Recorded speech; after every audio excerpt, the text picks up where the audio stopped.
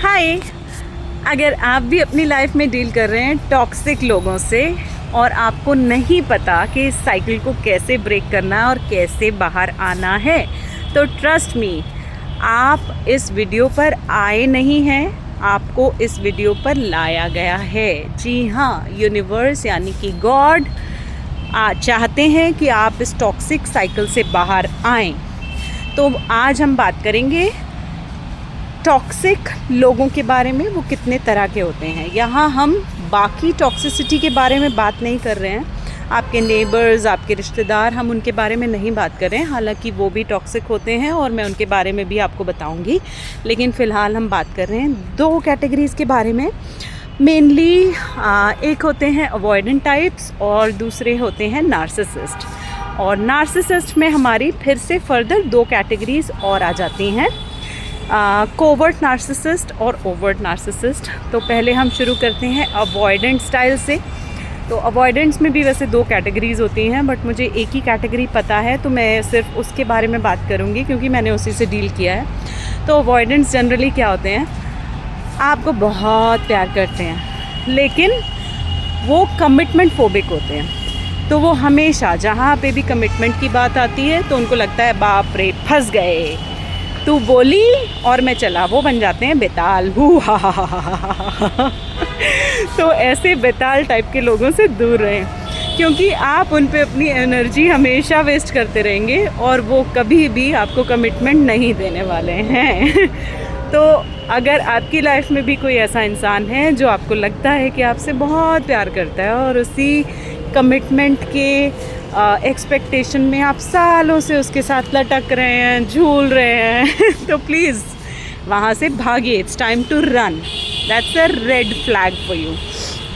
Okay, another category is a narcissist. Narcissist दो तरह के होते हैं, जैसे कि मैंने बताया।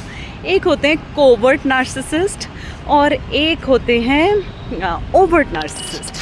तो कोवर्ट नार्सिसिस्ट के बारे में पहले हम बात करेंगे। तो ये होते हैं बहुत ही मीठी छुरी।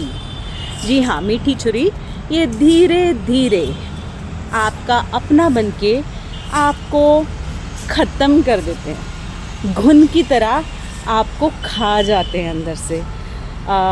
दीमक जिस तरह से लग जाता है ना, आप समझ लीजिए कि अगर आपकी लाइफ में कोई कोवर्ट नार्सिसिस्ट आ गया है तो वो एक दीमक की तरह है।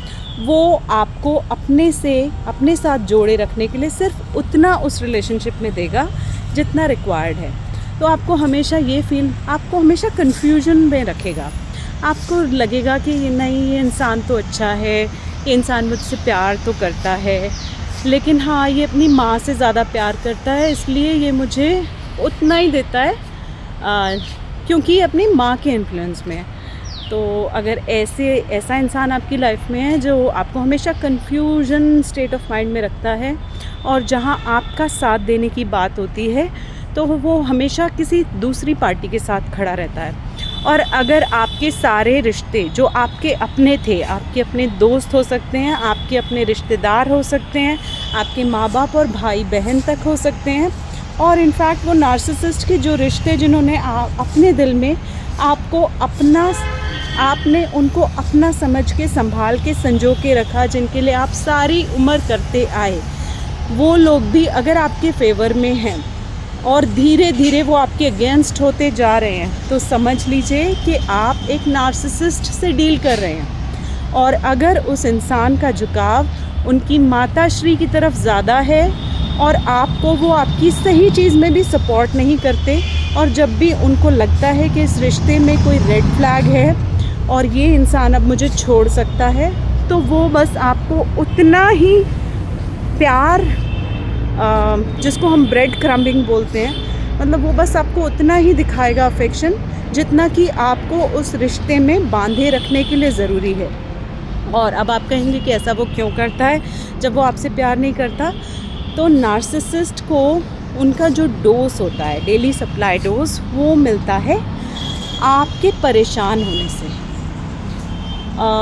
They are actually walking demons on this planet, to be honest.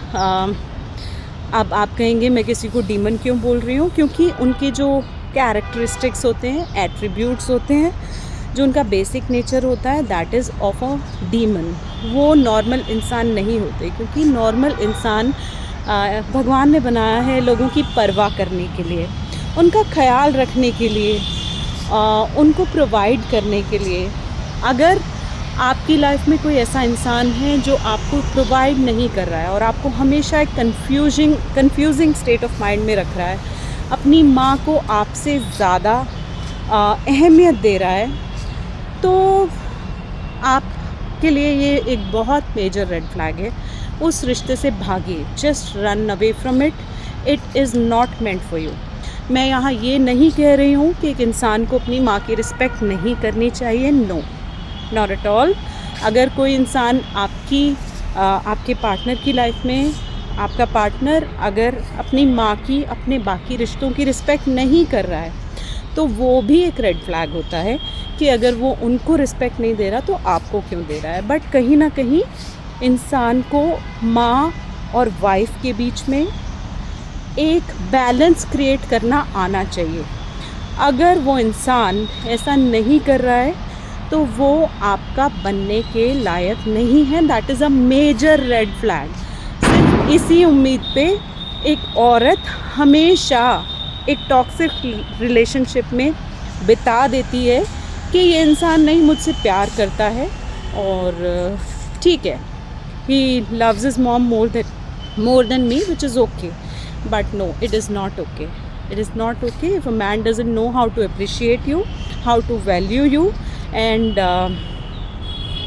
how to make you respected in front of his parents and his siblings and his mother. He is not the one for you. So that is a covert narcissist जो अंदर से आपको घुन की तरह खा रहा है। Mind it, he is not meant for you. दूसरी कैटेगरी की हम बात करेंगे जो होते हैं overt narcissist. Overt narcissist covert narcissist से देखने में ज़्यादा ख़तरनाक लगते हैं, बट ऑनेस्टली मैं दोनों से डील कर चुकी हूँ, तो एक कोवर्ट नार्सिसिस्ट से डील करना ज़्यादा आसान, एक ओवर्ट नार्सिसिस्ट से डील करना ज़्यादा आसान है। और वो इसलिए है क्योंकि ओवर्ट नार्सिसिस्ट जो होते हैं वो वॉयलेंट होते हैं, वो अग्रेसिव होते हैं। वो स्टार्टिंग में जब आप किसी रिलेशनशिप में जाते हैं, वो कोवर्ट और ओवर्ट नार्सिसिस्ट दोनों ही आपको लव बॉम्ब करेंगे, दोनों आपको अपने जाल में फंसाएंगे, और उसके बाद जब उनको लगेगा कि आप पूरी तरह उनके साथ इमोशनली इन्वॉल्व हो चुके हैं, तो दोनों ही आपको अंदर से ख़त्म करते हैं। लेकिन एक ओवर्ट नार्सिसिस्ट जो होता है वो कुछ ही दिनों में अपने ट्रू कलर्स दिखाने शुरू कर देता है। जैसे ही आप उनके साथ रिलेशनशिप में इन्वॉल्व होते हैं या उनसे शादी कर लेते हैं, तो उनका टॉक्सिक नेचर आपके सामने आना शुरू हो जाता है। वो आपको पब्लिक शेमिंग करेंगे, वो आपको बेडरूम में अवॉइड करेंगे, आपके पास नहीं आएंगे, आपसे बात नहीं करेंगे।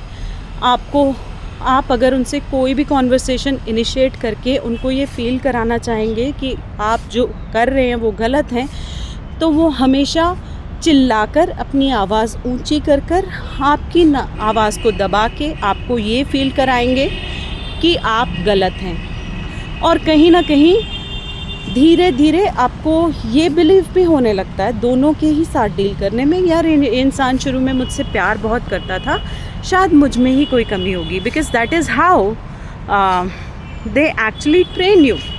वो धीरे धीरे आपको अपने हिसाब से मोल्ड करने के लिए, अपनी इच्छाएं पूरी करने के लिए आपके कॉन्फिडेंस को ख़त्म करते हैं, आपके मन में बार बार सेल्फ डाउट पैदा करते हैं कि आप में ही कमी है, और इस तरह से आप धीरे धीरे अपना कॉन्फिडेंस लूज़ करते हैं और आप ख़त्म होते चले जाते हैं। तो अगर आपकी लाइफ में कोई ऐसा इंसान है तो रन अवे फ्रॉम इट। अब हम बात करेंगे तीसरी कैटेगरी की।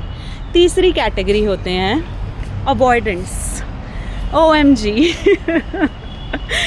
ये कैटेगरी भी माशाल्लाह है। अब ये जो कैटेगरी होती है ना, ये आपको हमेशा भागते रहेंगे। मतलब तीनों कैटेगरीज़ में जो सबसे कॉमन पॉइंट है वो ये है कि स्टार्टिंग में तीनों ही लव बॉम्ब करते हैं। आपको इतना प्यार दिखाएंगे कि आपको लगेगा आप दुनिया के सबसे स्पेशल पर्सन है।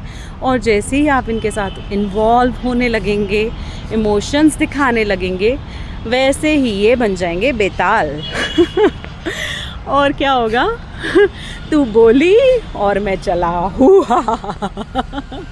जैसे ही आप कमिटमेंट के बारे में बात करेंगे, आप कहेंगे आपको कमिटमेंट चाहिए, आपको शादी करनी है, ये वहाँ से भाग जाएंगे। फिर वापस आएंगे, कुछ दिन बाद फिर वापस आएंगे, फिर आप इनके साथ इन्वॉल्व होंगे, फिर उनको लगेगा कि अब आप फिर से उनको ट्रैप करने की कोशिश कर रहे हैं, वो फिर भाग जाएंगे। अभी देखिए, ये तो हो गए तीनों के एट्रीब्यूट्स, और तीनों ही टॉक्सिक हैं, क्योंकि अवॉइडेंट जो होते हैं वो आपसे प्यार तो करते हैं, उसमें कोई डाउट नहीं है। अगर आप उनसे बात नहीं करेंगे तो वो आपको मिस भी करते हैं और आपके पास आ जाएंगे, वो थोड़े टाइम बाद फिर से आ जाएंगे। लेकिन आपको ये शो नहीं होने देंगे। आपको वो हमेशा ये शो करेंगे कि आपको उनकी ज़रूरत है, उनको आपकी ज़रूरत नहीं है। But inside they are dying. अपने दिल में, अपने इमोशंस में उनको मौत आ रही होगी। आपसे बात करना वो चाह रहे होंगे, आप बात करोगे, आपका कॉल भी पिक कर लेंगे, आपसे बात भी करेंगे, अच्छे से करेंगे। और जैसे ही लगेगा कि आप अब वो ट्रैप होने वाले हैं, अब यहाँ इमोशंस की बात हो रही है, वैसे ही वो फिर से बनेंगे बेताल। तू बोला और मैं चला हूँ। तो ट्रस्ट मी, तीनों ही बहुत अच्छी पोजीशन नहीं है। अब आप ये भी कह सकते हैं कि मुझसे प्यार करता है तो ये बदल सकता है, नहीं बदलते, कोई फ़ायदा नहीं है इन पे अपनी एनर्जी वेस्ट करने का। They don't change. अगर उनको कभी चेंज होना होगा तो आप बदल जाइए।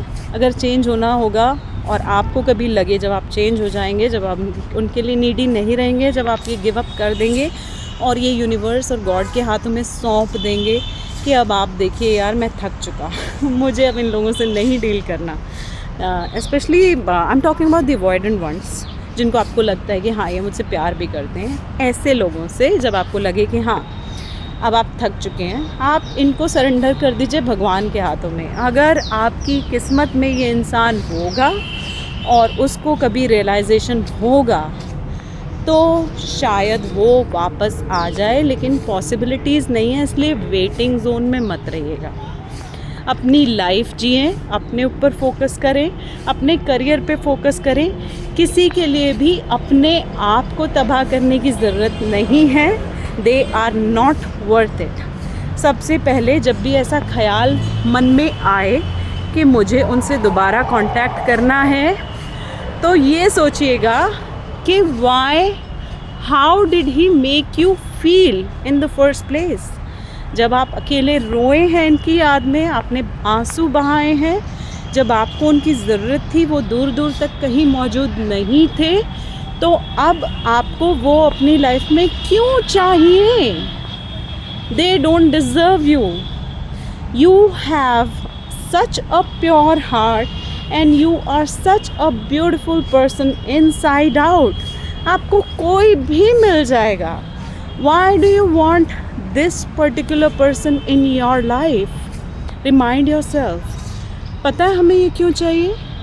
क्योंकि शुरू में रिलेशनशिप के स्टार्ट में उन्होंने हमें बहुत अच्छा फील कराया था और हम इनसे प्यार नहीं करते। हम वो जो फीलिंग उन्होंने हमें दी ना, उससे प्यार करते हैं और उस फीलिंग के लिए हम पूरी उम्र इनको चेज़ करते रहते हैं। पर इनके कानों पे जू नहीं रेंगती, इनके दिल में कोई एहसास नहीं होते और इनका दिमाग तो पता ही नहीं क्या सोचता है। तो अपने आप को ऐसी जगह से बचाइए, वहाँ से भाग जाइए, अपने ऊपर फोकस कीजिए। जिस दिन आप सक्सेसफुल हो जाएंगे, जिस दिन आप अपनी सेल्फ वर्थ पहचान लेंगे, उस दिन आपकी लाइफ में अच्छे रिलेशनशिप्स अपने आप अट्रैक्ट होने शुरू हो जाएंगे। और लुक एट योर सेल्फ यार, अपने आप को मिरर में देखो, कितनी खूबसूरत हो तुम, कितनी प्यारी इंसान हो, तुम्हें तो कोई भी मिल जाएगा। और पता है, हम एम्पैथ्स जो होते हैं ना, उन्हीं की लाइफ में से टॉक्सिक रिलेशनशिप आते हैं। एम्पैथ पता है कौन होते हैं? तुम्हारे जैसे लोग, मेरे जैसे लोग, हाँ, जो सब की परवाह करते हैं, बस अपने आप को इग्नोर करते हैं। और हम अपनी लाइफ में ऐसे लोगों को इसीलिए अट्रैक्ट करते हैं, क्योंकि ये लोग हमारी लाइफ में आते हैं हमको हमारी सेल्फ वर्थ रियलाइज़ कराने के लिए। और जब तक हम अपने आप को नहीं पहचानते, जब तक हम अपनी सेल्फ वर्थ नहीं पहचानते, हमारी लाइफ में इस तरह के लोग बार बार आते हैं, बार बार हमको तोड़ते हैं और बार बार चले जाते हैं, जब तक हम अपने लेसन्स लर्न नहीं करते। तो it's high time girls, start focusing on yourself. अपने आप को देखो ध्यान से, जर्नलिंग करो, बुक में लिखना शुरू करो तुम कितनी वैल्यूएबल हो, तुम्हारे अंदर कितने अच्छे गुण हैं, तुम कितनी प्यारी इंसान हो, तुम सबकी परवाह करती हो, तुम कितनी, अगर इस इंसान पे तुम फोकस ना करो तुम कितनी सक्सेसफुल हो सकती हो। तुमने अपने लाइफ के प्रेशियस ईयर्स ऐसे टॉक्सिक लोगों पे बर्बाद कर दिए हैं, इसीलिए तुम्हारी लाइफ में सक्सेस नहीं आ रही है। And universe is all about energy. आप इस एनर्जी में हो कि आप लैक में हो, आपको लग रहा है कि ये इंसान मेरी लाइफ में नहीं रहेगा तो मेरी ज़िंदगी ख़त्म हो जाएगी। जिस दिन आप इस एनर्जी को, इस फोकस को शिफ्ट करोगे, उस इंसान से छोड़ के अपने ऊपर लेके आओगे कि आप वर्दी हो, आप डिज़र्विंग हो, आप में वो टैलेंट है, आप कुछ कर सकते हो, उस दिन यूनिवर्स आपको वो हर चीज़ आपके कदमों में ला के देगा जो आपको चाहिए। आप भगवान का इंतज़ार कर रहे हैं, पर ट्रस्ट मी, भगवान आपका इंतज़ार कर रहा है कि कब आप अपनी सेल्फ वर्थ पहचानोगे, कब आप अपनी रिस्पेक्ट करना शुरू करोगे। और जिस दिन आप ये करोगे, सारी दुनिया आपकी मुट्ठी में होगी। तो इंतज़ार किस बात का है, कर लो दुनिया मुट्ठी में। चलो, start working on your self from today. अब आप सोच रहे होगे कि मैं इतनी टफ़ सिचुएशन में हूँ, मैं एक नार्सिसिस्ट से मेरी शादी हुई है, वो बार बार वो मुझे काम नहीं करने देता है, मैं इंडिपेंडेंट नहीं हूँ, मेरे बच्चे हैं, उनको कौन पालेगा, उनका क्या होगा। तो बच्चा, अपने आप को ये याद कराओ कि पालने वाला इंसान नहीं होता, पालने वाला वो ईश्वर है। उस पे भरोसा करो, अपने टैलेंट्स के बारे में लिस्ट डाउन करो कि आपके अंदर कौन कौन सी खासियत है। आप पहले भी शायद कभी कुछ कमाते होगे, कुछ ना कुछ अर्निंग आपकी रही होगी, तो आप बैठ के लिस्ट डाउन करो कि ऐसी क्या क्या टैलेंट्स थे आपके अंदर जिसको आप ब्रशअप कर सकते हो और जिस पे काम करके आप फिर से आगे बढ़ सकते हो। पैसे नहीं है, कोई बात नहीं, यूनिवर्स आपकी हेल्प करेगा। आप एक कदम उठाओ, सबसे पहला काम अभी करो। आप पेन पेपर हाथ में लो और आप अपने सारे टैलेंट्स को लिस्ट डाउन करो कि आप में ऐसी क्या खास बात है जिससे आप फिर से अपने पैरों पर खड़े हो सकते हैं। आपकी कोई हॉबी हो सकती है, कोई पैशन हो सकता है, कोई ऐसा करियर था जिसमें आप कभी अच्छा कर रहे थे जो अब आपसे छूट गया। उस पर आप बस ज़्यादा नहीं, आप बस लिख के एक कदम बढ़ाओ, सिर्फ एक कदम, कुछ भी हो सकता है। आप देखना, आपके लिए यूनिवर्स 4 नए दरवाजे ओपन कर देगा। जस्ट स्टार्ट, कोशिश तो करो। I am sure you will succeed, you can do it. Universe आपकी वेट कर रहा है, भगवान का आप वेट कर रहे हो और भगवान कह रहा है कि मैं तुम्हारा इंतज़ार कर रहा हूँ। तुम एक कदम बढ़ाओ तो सही, मैं तुम्हें इस जगह से निकाल लूँगा, मैं यहाँ से तुमको बाहर ले आऊँगा, मैं तुम्हें सक्सेसफुल बना दूँगा। Just make that one final step, just take it with a leap of faith in God. ये सोचो कि मैं एक ऊंची पहाड़ी पे खड़ा हूँ या खड़ी हूँ और यहाँ से या तो मैं, सामने आपकी खाई है या फिर पीछे वही रास्ता है एक नार्सिसिस्ट की दुनिया में, जो आगे खाई दिख रही है लेकिन पीछे जो है ना, जो आपके पीछे है, जिसको आपने जिस जीवन में आप रह रहे हो, वो तो खाई से भी बदतर है, वो जहन्नुम है। तो आपके सामने खाई है और पीछे जहन्नुम है। अब आपको डिसाइड करना है कि आप खाई में कूदेंगे या जहन्नुम में वापस जाएंगे। एंड वो लीप ऑफ फेथ लेके देखो, एक कदम बढ़ाओ उस खाई की तरफ, यूनिवर्स आपको संभाल लेंगे। भगवान में इतना ट्रस्ट करो कि मैं जो भी कर रहा हूँ भगवान, मैं बस ये ट्रस्ट करके इस खाई में कूद रहा हूँ कि आप मुझे गिरने नहीं दोगे, आप मुझे टूटने नहीं दोगे, आप मुझे डूबने नहीं दोगे। बस इतना विश्वास दिखाओ एंड गॉड को सरेंडर करो and see the magic happening in your life. Just push it off and do it. I am so proud of you. I love you and I know you can do it. God bless you.